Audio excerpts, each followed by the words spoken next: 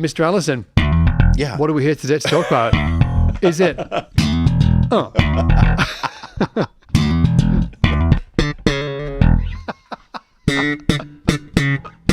Oh my word. Listen to your beautiful new strings and these horrible strings. elastic Dude, bands. that's not horrible. Well, you no, played awful. the hell out of that bass, and now those strings are toast. But that's a vibe, dude. That's a sound. Well, we're going to be talking about it on this pod. Yeah. We're going to be talking about that because what's the oh yeah, slap bass tone, 6 things everybody does wrong. That's the theme for this pod. And should we just kick it off with the strings actually? Sure. Let's just kick to it go off with straight strings. there, because I've had so many experiences, especially when I was younger, where in my mind I was thinking Marcus Miller, you know what I mean? And then I'd pick my bass up and play it and I'd be like, doesn't sound like Marcus Miller. It sounds nothing like, and I was just underexperienced. I was inexperienced enough at the time to realize that, hey, I might not have sounded like Marcus Miller if I put new strings on, but he would have got me a little bit closer. Yeah, right. Yeah, it's crucial. Yeah, it's a big deal. And it's not to say that like dead strings are bad. It's just that it contributes to the sound of a certain kind of slap thing, right? Yeah. Like if I play...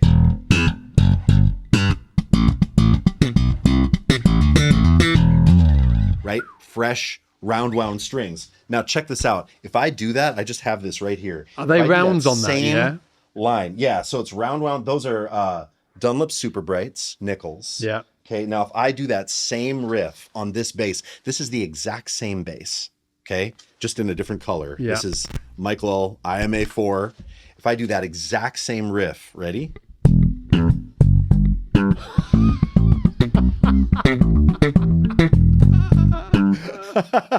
These are flats, right? And it sounds like, I mean, I say this a lot, like, it sounds like I'm slapping a log, man. Yeah.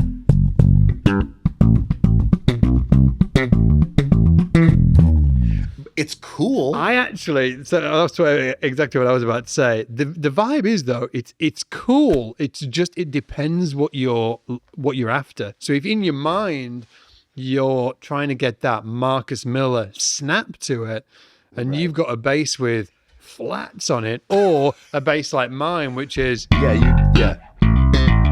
you know, it's got like that's somewhere in the middle, right? Yeah, it's but it's not that like real snappy Marcus thing, which yeah, you've got it's not there. this.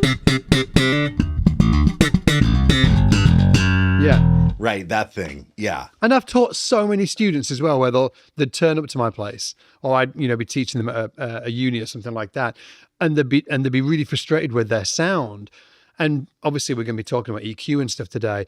But I'd look at their bass, I'd be like, dude, look at the strings, like, yeah, and the setup as well. We'll talk about setup as well. But the strings were always the first thing I'd look at and be like, listen, you need to get some new strings, because you're never going to get that sound in your head if you're after that Marcus sound with strings like that. You need rounds, and they need to be, newish, not brand new, but newish.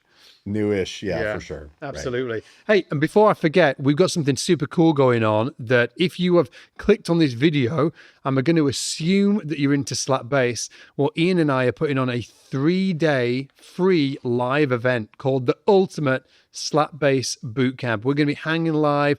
We're going to be talking about technique. We're going to be talking about tone, EQ, setting up your bass. We're going to be giving you exercises, the full Monty, as we would say here in the UK, right? And it's completely free. It's on the 20th, I'm looking here, the 22nd to the 24th. So 22nd, 23rd, and 24th of July. It's totally free, and you can sign up let me get the URL, slapbassbootcamp.com. I'll also put it down in the description down below if you want to click on that, but slapbassbootcamp.com, it'll give you the full kind of like list of what we're going to be working on. We're also there's going to be PDFs for you. We're going to be playing along with grooves. We're going to be teaching new grooves, and also we're going to be doing giveaways as well every single day. So the 22nd, 23rd, and 24th, we're going to be doing live giveaways on that bootcamp every single day. If you do sign up for it and you can't make the actual dates, we will send you the replays. So even if you can't make them dates and you do want to be part of it, sign up for it. Each day we're going to be going live for around an hour. We're also going to be doing Q&A as part of it as well. But to be part of the giveaway, you're going to have to be there live. Okay. So if you can't be there live, no sweat. Sign up for anywhere. We'll send you the replays. But if you are there live, you will be able to be part of the giveaways. And last time we did this, maybe a month or so ago, we gave away a bass on one of those live streams. So I remember. It's worth going along. And your odds are amazing if you're on the live stream. Like The it's odds not are amazing. Yeah, it's not like 1 in a billion. I mean, how many people were on the last boot camp that we did, Scott? Like 1,000? Yeah. Those are good odds. Those are good odds. Not like when we do a giveaway to the sort of like the entire email list. They're like 150,000 people. This is 1,000 people. So yeah, turn up. And it's not only one prize as well. We've got multiple prizes. So turn up.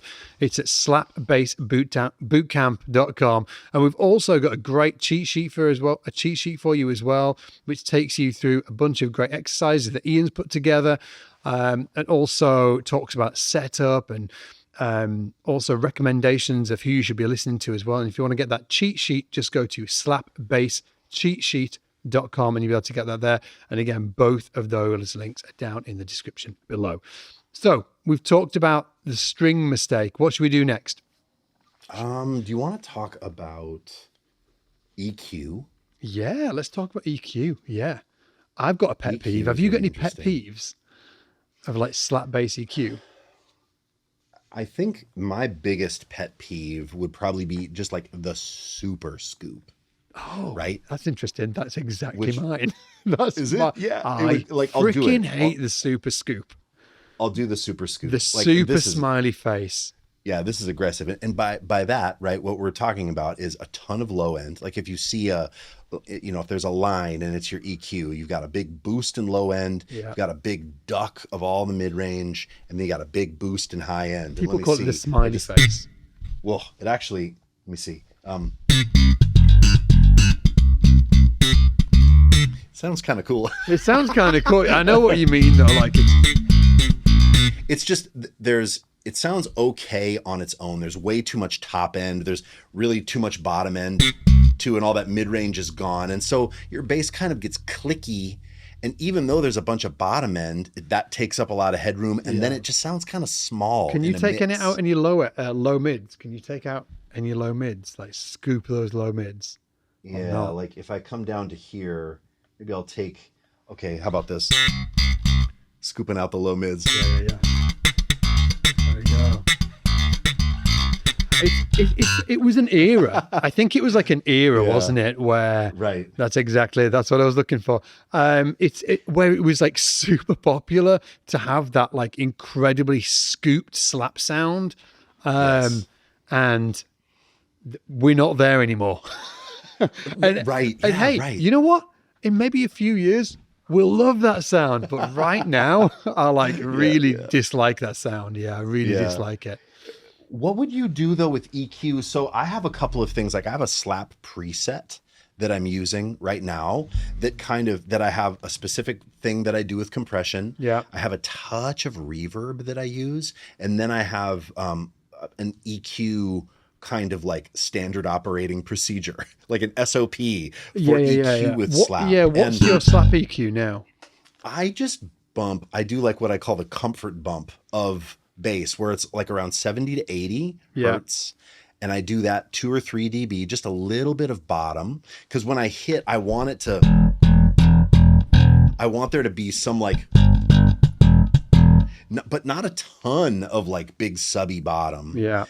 And then I'm boosting the top just a touch in kind of the 4 to 10K range, maybe 2 to 3 to 4 dB, but nothing crazy, but just a little bit of that. And then I reduce in the 5 to 600. So not low mids, not 200 to 300 or 150 to it's more like in that 500 to 600. And I can give you even check it out. If I'll remove the EQ, right? Is that just everything at 12? Yes. Yeah. Now, It's also giving some level, I will say as well. Like Yeah. EQ is adding a little bit of level, but check it out. Here it is with it again. I'm going to take it off.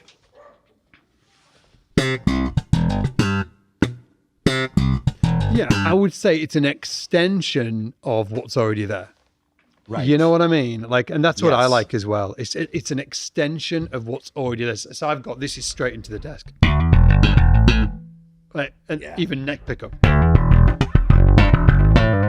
But that's like But that old school thing. I Man. kind of like that sound. You know what I mean? And Yeah, if I it's did, hip. if I start mess with the EQ, I would give it the comfort bump, right? A little bit of bass, a little bit of bass. treble, and maybe just Yeah. like leave the mid where it is actually for me.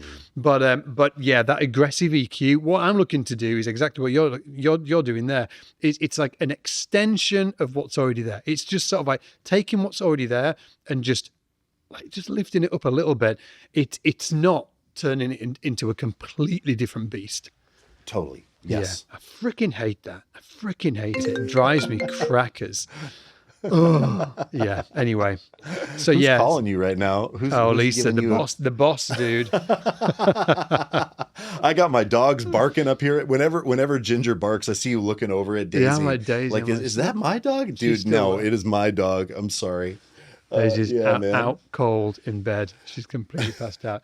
So what have we done? We talked about strings.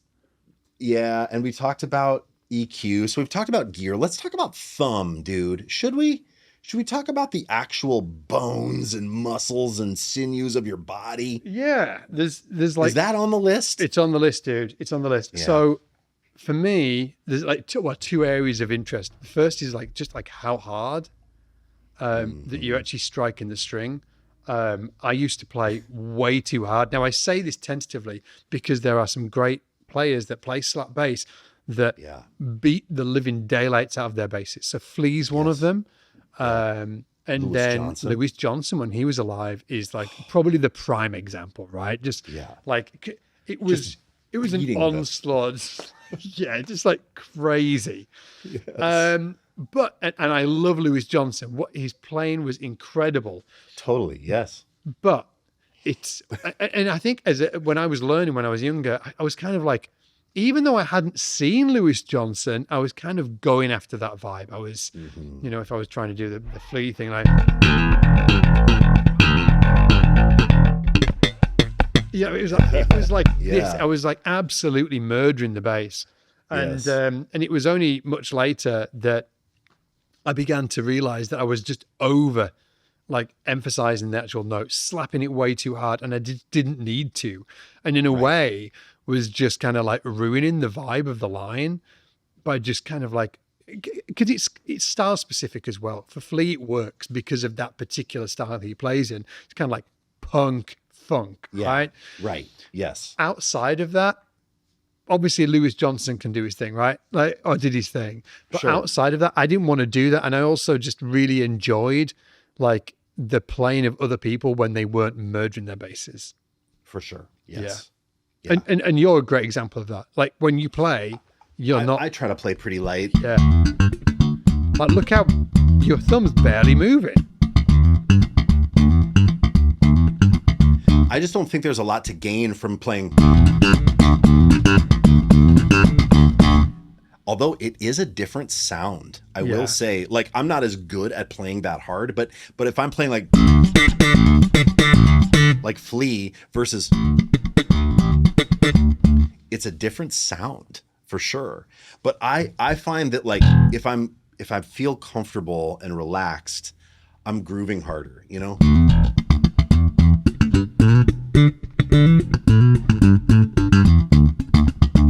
Like I just find that I can feel just a little more relaxed in that rather than if I'm going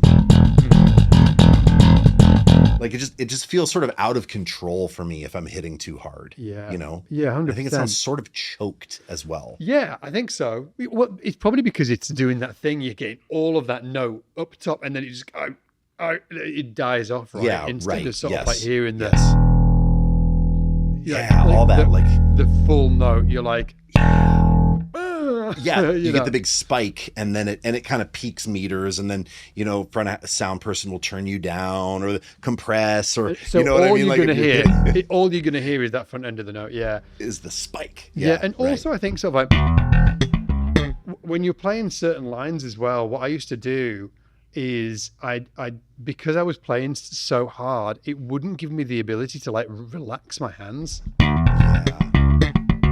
Yeah, Like to get that sort of like yeah, fluid.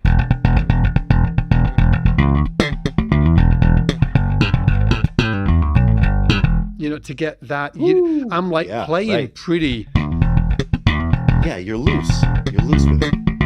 Yeah, I'm pretty loose with it. Yeah, but I can't do that with how I used to play. Like, so yeah. Yeah. So like my tip, if you're trying to do this stuff at home, is just experiment with like how. What I started to do is when I started to try and reduce that down, the actual kind of like velocity of hitting the string, is how like delicate can you be with the string before it just doesn't sound like you're playing slap bass anymore? Ooh, that's great. You know what I mean? Yes. Like how Yes. like Yeah.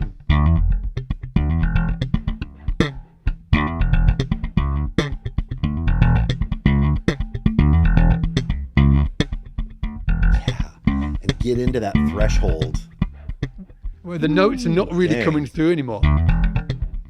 Yeah, like it's just a Yeah, cool that's cool. experiment because it gives you kind of some kind of benchmark of like, Right, oh, of where you actually, need to be. I can come right down here, and then maybe I can pull it up a little bit so I can hear all Yes. those notes. But it gives you at least like a reference point. And I imagine a lot of people out there, you'll be pretty surprised when you start experimenting with that. Yeah. How much kind of how much control you can bring down, or how much velocity you can bring down based on that little Yes. experiment. Yeah. So yeah, thumb strike. And then the other thing, well, you take it. It's the Going through Yeah, versus and I guess going this- down. like we put like slap bass tone, 6 things everybody does wrong. Is this tone? I guess it does kind of like play into this, doesn't it? Yeah, I think, and this isn't a like, I mean, excuse our catchy YouTube headline. This isn't wrong because Flea plays down thumb. Yeah. And there's instances where, that Flea style where it's like a lot of slap pop stuff where it's based Yeah. on this. It's that rotation thing, isn't it? This. Yeah. Yeah, right. Yeah, you used to describe it as a doorknob, right? Yeah, Turning yeah. a doorknob. Yeah. Yeah, and that's that thing, right? Exactly. I'm still actually, I say turning a doorknob, And and then then, you do when it. I put my hand back on the bass, I'm this again. So I'm like, Yeah. I'm like patting something I'm like patting a dog. That's a terrible, I don't know what I'm doing, but my hand is doing this. Oh, that's interesting. Yes. Yeah. That's what I do. I don't rotate. But the thing that was really interesting to me over the years was like seeing Victor Wooten do the like, what's that groove? Yeah. Oh, what is it though? I'm not getting it right, but the I know the one. And then, do you know what I mean? He goes like, yeah. I can't remember it. I know the one you mean though. Yeah.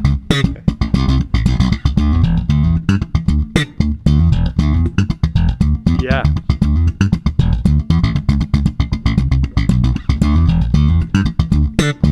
So that thing, thank you for you knew brought me there. Yeah, it was this. It had that like descending Yeah, line. exactly. In it. Yeah.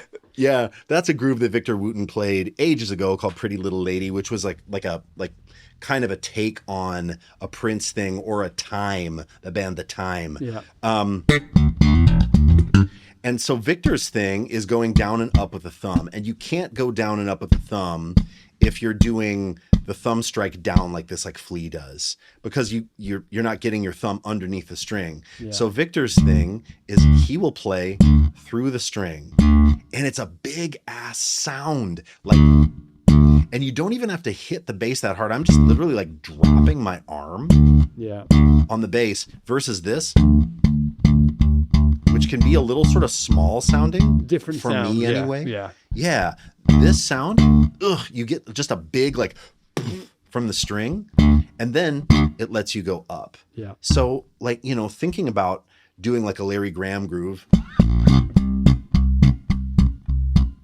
and then just bringing your thumb up occasionally.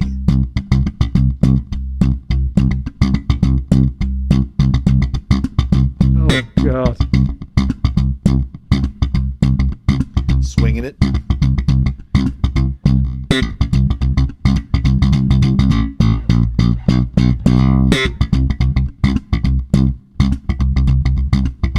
And really all that is, I mean, I'm playing very light too.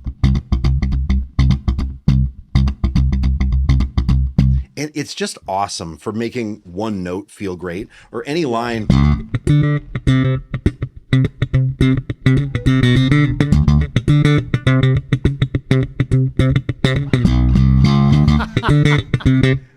Right?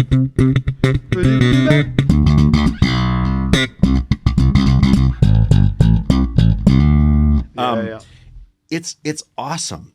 I just like the sound of it. I like that it prioritizes groove. It's similar to playing with a pick. And I think the sound of that thumb strike, just for me, makes me happier than this thumb strike. Yeah, well, another really practical thing to point out here is that when people slap their G strings or their D strings, that's when it gets really, because like, that's okay. Yeah. That's probably better, you know. Down thumb, I prefer the through. Cause sounds a little beefier. Yeah, same with the D. Or like, again, you get it's kind of a bit pingy with the down thumb. But then when you get to the D string, the G string, like it's like tick, tick, tick. It's not a note. Whereas, yeah, that has right. Yeah. You can play all the way through. Yeah, getting that like, the flea thing. But that's never his vibe because he's always playing. Yeah, because he's not doing that. He's popping, so he's not thumbing on the high strings. Typically, he's always popping on them. I have seen people try and do that though. And it goes. It's like this tiny little sound. Yeah, versus like Yeah.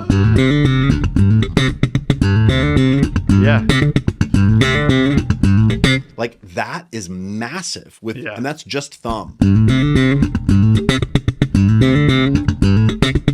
Are you doing that bap, bap, bap on that? Are you actually going up on that? Thumb, yeah. God, I can't do that.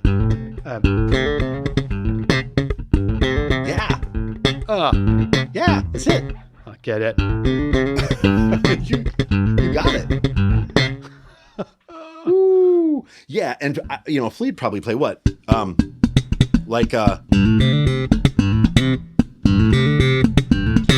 And pop those notes. Yeah, he'd do this. Right? Right. Okay.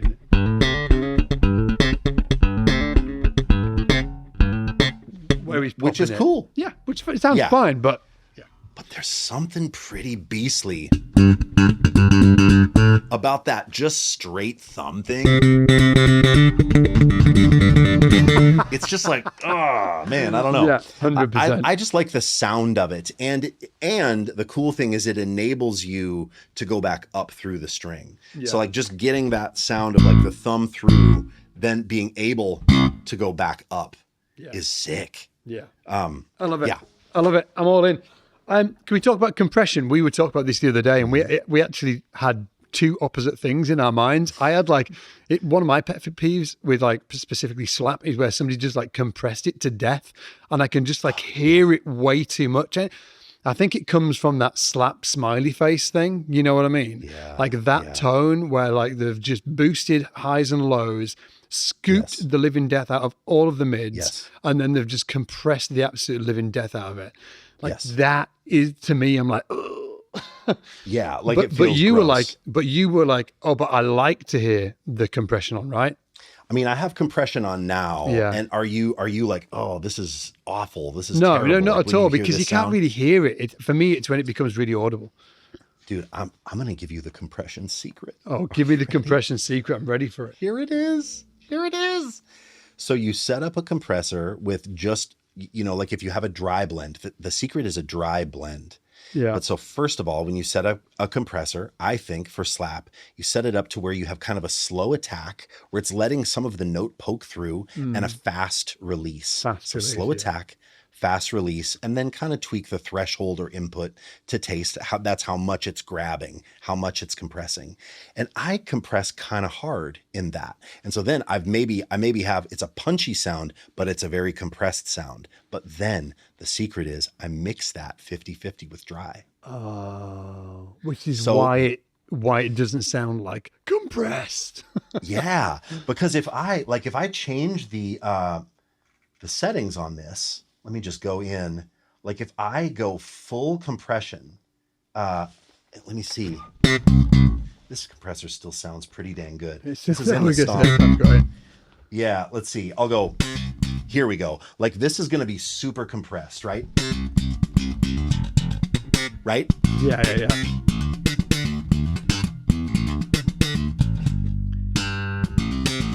Yeah, that's it. Like that's insane. Now get right? yourself But some if smiley face EQ on that and get ready for the gig. yeah, that'd be like this, right? Like Yeah. I mean, that's a wild sound that I wouldn't use, but I'm using too much threshold, like I'm compressing too hard. But even watch this. So we're agreeing that this is not great, right? That's a huge amount of compression. Yeah. But watch this. Even if I just go 50-50 with this mix, crazy. So that's even with if the I go, same compression, just a 50-50 Yeah. mix. Oh, that's wild. So let's go even like 70% compression. You hear it kind of grabbing, but it's not bad. I'm going to take the compression off. Oh, now I'm too loud. I'm blowing up some stuff here, but let me just get the level right. Still too loud. One sec. Now you hear the pops jump out. Right? You hear the pops kind of jump out. But if I compress again. Yeah. Not bad. And what's that on there? What's the mix? 50-50 or not? That was like 60. That was like 60% compressed, 50% dry signal. It's the compression secret. It is. You mix a little clean in, and then you can do that to taste. And then it almost doesn't matter so much about the compression settings that you have. Yeah. Like if you have a really squashed sound that's very compressed, just turn it down, turn up some dry. And then what I find is you still retain some of that like dynamic hit, right? It still sounds like you have range, but then the compressor sort of brings the details of your playing forward. That's what it feels like to me. Anyway, yeah. Learning new stuff all the time. My word. Right, last one, dude. Last one. Let's do it. It's the setup. So it's setup of your bass. And so many people get this wrong and have the action too high. You really need the strings to be able to make contact with the fret when you're playing it.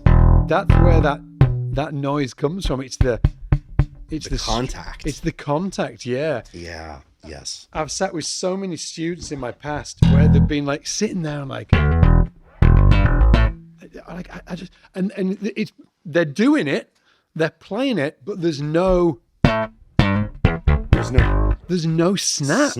Yeah, there's no snap on the note, and that is because the action is too high. Now, I would love to say that I have done my research and I can tell you how high it needs to be. It's kind of this. It's not like incredibly low.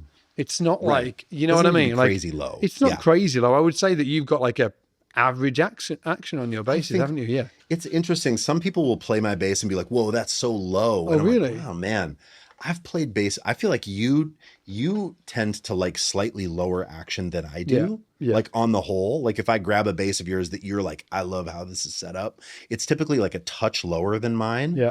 But I would edge on the low side. I think generally, I'm not like Mr. Guizdala who has action that's like you could drive like a Hot Wheel. Under the Yeah. But that's on purpose. He likes the sound. He gets a really interesting sound, but he's also not slapping. He's ever. not slapping. Yeah. If you slapped on that bass, it probably wouldn't get that slap sound because the action's it so wouldn't high. be the right thing. Yeah. It's So just you not got to set get up your for that. action low enough. Yeah. This one's like 2 mil, basically. If I had to take I a would guess, probably about say I'm in 2 the mil. same zone. Yeah. Well, Spencer, the guys at Spencer's workshop set this up anyway, and he probably have you fiddled with that or not? I do fiddle. I do fiddle a little bit. They actually set up whenever I get a bass from Low, like Spencer will be like, "What do you want?" And I'll say like, "Give me like medium low." And when they send a bass medium low, I always, because I'm like, I don't want to say low because I feel like I don't want to say like low action. But whenever they send it, I end up lowering it a little bit. Do you? Yeah. Oh, dude, I do. just a little come bit, out the closet, dude. Just go low.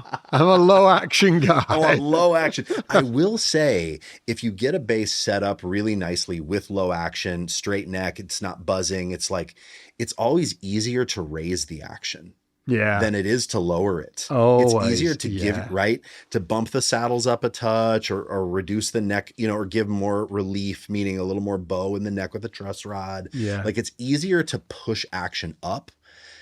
Bringing it down, you start to then really the leveling of the frets really matters. There's so many things as you lower your action, you're just going to get more buzzing potential, places on the neck that don't speak as well. So what's your point? Is your point that if you're going to get it set up, get them to set it up with a low action because then they're having to sweat the details on it. And hey, if you get it, it's too low, raise it. It's going to be fine. A little. But if you were like lowering it, that's when you're like, it's like buzzing here. It's like a little wonky. And does it need frets? Or I mean, I will say lull plex everything. The fretwork is sick. I don't want it to turn into here we are, the married couple with lulls. Like matching shell suits. I mean, the setups are really, really nice. I'm very spoiled, but if you take your bass somewhere and have it set up, and especially if you want it to be a little lower. Yeah. I know. Do you have the t-shirt on today, Scott? I saw that come out. I saw it come out on YouTube. I was like, oh my God. That's so great. Oh, what a dick.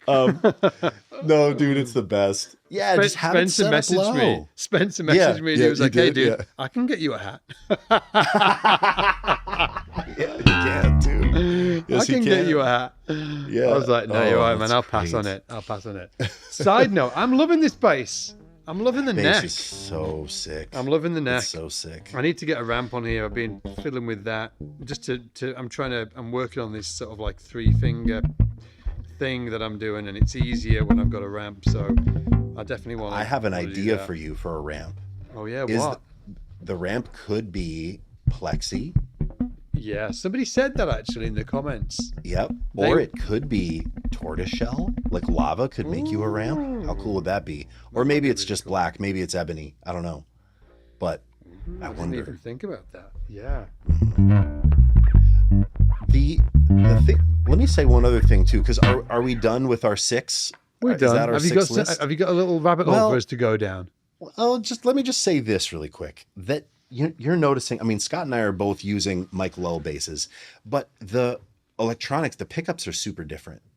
And I think that sometimes people get really hung up on like, what's the best electronics? Like you'll notice in our 6 things, we didn't talk about active versus passive. Oh yeah. We didn't talk about P bass versus jazz bass versus soap bar versus, right? Yeah. But I think it's that stuff doesn't actually matter that much. Yeah. I think what matters most is the things that we talked about. And yes, all the pickups and electronics do matter. It'll give you different sounds, but it's not like I'm playing a bass that has T-Bird pickups. And Scott's playing a bass that has jazz bass pickups in like a soap bar shell. Yeah. And we're both getting cool slap sounds, I think, out of our instruments, or like a sound that I'm happy with. And if I slapped a P bass, it would be cool too. Like it would be, yeah. And in fact, like, I could do it. I'm gonna just do it. Hold on. You go get a P bass. And do you know I mentioned that cheat sheet earlier? On the cheat sheet that we've done for you guys, we actually have like a list of different players using different basses, and then we link out to them for you. So if you want to grab the cheat sheet, just go to slapbasscheatsheet.com. You'll be able to do that, get that there, with a link out to the players, so you can check out the different basses and the different players and stuff like that, different examples, right?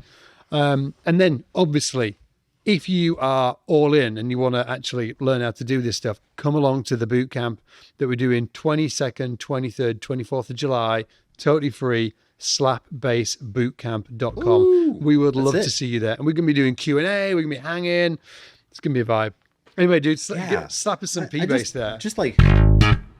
Woo!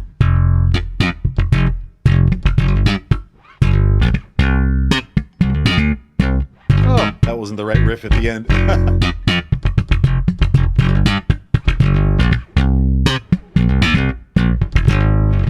I mean, that sound is badass. Like whenever I play a P bass, I'm like, oh, God damn it.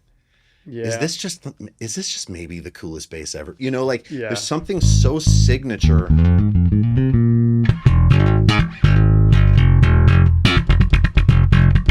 So no matter what bass or pickups you have, you can slap on damn near anything. I mean, there's certain basses. It's like, it's hard to get a great sound out of like a hollow body with flats, you know, like a Starfire or something. Hofner violin bass. Yeah. Like it's a little tricky, but it can be done. It's less about the electronics. Yeah. It really is less about the electronics. These are all passive as well. Like you can, you know, you're going to have, if you get an active bass, you're going to get more control over the EQ from the bass. But, you know, like you can use your amp, you know, like I like, you know, I like passive and active basses. And just specifically on the neck, on the P bass thing, half the time when I'm playing this live, right, I'll be, and I will always go. I'll end up on the neck pickup. Neck pickup. I just when it's live, I do gravitate to that. I do. I don't know what it is about it. I'm like, it's beefier. It's like there's more low end and kind of like mid snarl, and like I feel like you just hear it better. You hear it better. Know? I think that's it. Yeah, you're like. It's like, it's just sort of like really versus, which sounds great. Versus just something, Like I want to slap it harder when I'm doing that. I'm like, It's cool. It's cool. Neck pickup jazz bass or P bass slap too sort of feels a little like, you know, it's just a little bit like kind of like, I don't care. Like I don't want to sound like Marcus. You know, you're like it's a little more like rock and roll or something. There's something that this is a rabbit hole, right? I was even like, I did a gig. I was doing a gig. I'm like, I've started taking like little clips of my gigs and stuff like that and sharing them on Instagram and stuff. Yeah, man. And I shared a little clip on Instagram of a gig a few weeks ago, and I like just put it up, and then like a few days later I like checked the clip and just to see what people had thought and stuff like that. And like two people had been like basically said the same thing. Neck pickup. Yeah. Oh, I'm like, so sick. Yeah. Like you get sort of like, listen, if you're going to be like doing it with two pickups, and it was actually like a solo. I was like playing a solo, but like there are people out there that when you do it on the neck pickup, they're like, yeah, do it on the neck pickup. Yeah, it's sort of like the underdog. You know what I mean? It's kind of like it's the thing that's like, it's Rocky 1, man. It's like, you know, he's fighting the best. And maybe he's gonna win. You know, he doesn't. Spoiler for Rocky 1, but he does in 2. Rocky 1, what a film! I was emailing Marcel the other day from F Base. We were chatting via email. Yeah. And I was like, dude, man, I was like, this bass is heavy. I was like, it's heavy. I was like, it's great for the studio. I was like, but Yep. you know, Too heavy. Like we could do with a lighter one. You know, I could do with a lighter one. Yeah. And he yeah. messaged back and he was like, and he said, yeah, he said, he's a bit of a boat anchor. And he said that, he was like, you ever thought, he said, the pickups are really heavy in their basses. I was like, oh, interesting. He said, they're really heavy. So they must be just using like massive magnets in the pickups. Got And he it. said, yeah, we could lighten it for sure. Not the bass. He was like, another one. He was like, you ever thought about playing a one pickup bass? And I was like, It's like, and the rabbit hole deepens. yeah, like just a neck pickup. Ooh. I actually, Yeah. in all transparency, I was like, oh yeah, maybe just a bridge pickup. But then but afterwards was like, but maybe that's not the move. Maybe it's actually like a neck pickup. Whoa. Because I love the right. sound. I do love I love the sound. I love the sound. I think you got to go down this hole, man. I think you got to see where this journey I leads. know. Oh no. Anyway, dudes, let's call it. Yeah. Enough. I can't take it anymore. Again, if you want to like check out the free stuff we've got for you, slapbassbootcamp.com, 23rd to the 24th of July. We would love for you to be there. If you sign up, we're going to be, having a real good times, all live. Ian and I are going to be there. And also, we're going to be doing giveaways on those live streams as well. If you sign up and you can't make it live, we will send you the replays though, but you won't be part of the giveaway. And also get the cheat sheet as well, where we link out to all the players and all that cool stuff. Ian's also done a bunch of cool exercises on that cheat sheet. If you want that, it's just slapbasscheatsheet.com. Both of those links are down below. We love you. See you next time. We do. Take it easy. Bye. Take care, everybody.